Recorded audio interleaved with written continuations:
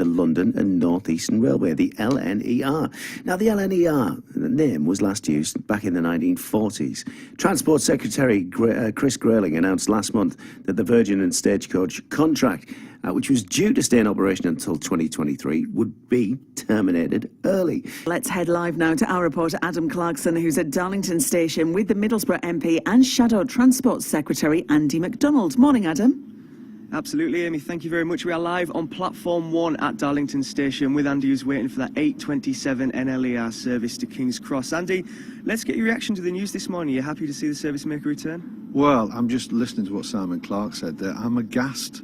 He's basically telling us that the privatised system wasn't allowing this company, previously Virgin Stagecoach, to rip out even more profitability from this. That tells you what's wrong with the mentality of a government who see privatisation as the end of that's their singular purpose. They're not interested in talking about making got cohesive, connected societies and economies, and they don't address the complete absence of a guiding mind for the railway.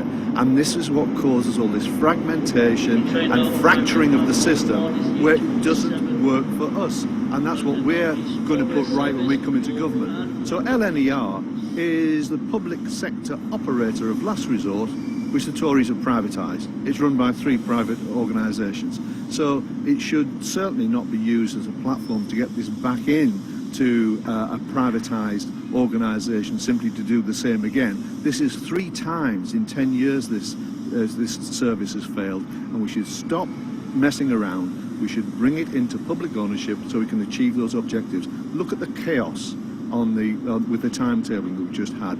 That's because of a fractured, fragmented railway. It needs to be integrated, to track and train together in one organisation. That's a reaction there, of course, to what Simon Clark's been saying on the show. Andy, can we also get your reaction to Philip Haigh, the rail expert, who earlier told us that Virgin wasn't necessarily failing? What would you say in reaction to that? Well, they promised us £3.3 billion from 2015 to 2023. They've walked away not paying £2 billion. Now, it may not be a failure for them because they were bailed out. It's a failure for the taxpayer because the whole basis of the contract collapsed. And that tells you that this system doesn't work. It's not working elsewhere in the country either. And the possibility or the notion that you could have some sort of alliance to make it work is not regarded well within the industry. People know that doesn't work.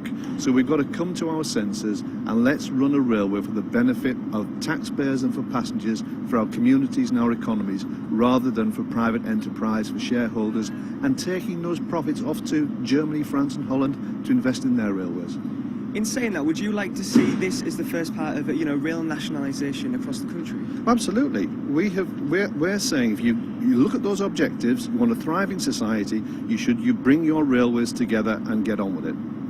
So now, of course, you are waiting for the 8:27 that's due any minute now on the platform, so we'll let you get off. Okay, cheers, thanks very much. Thank you very much for your time this morning, much appreciated. That's Middlesbrough MP Andy MacDonald, who is, as we speak, boarding the 8:27 to London King's Cross then, giving us his reaction to the return of London North East.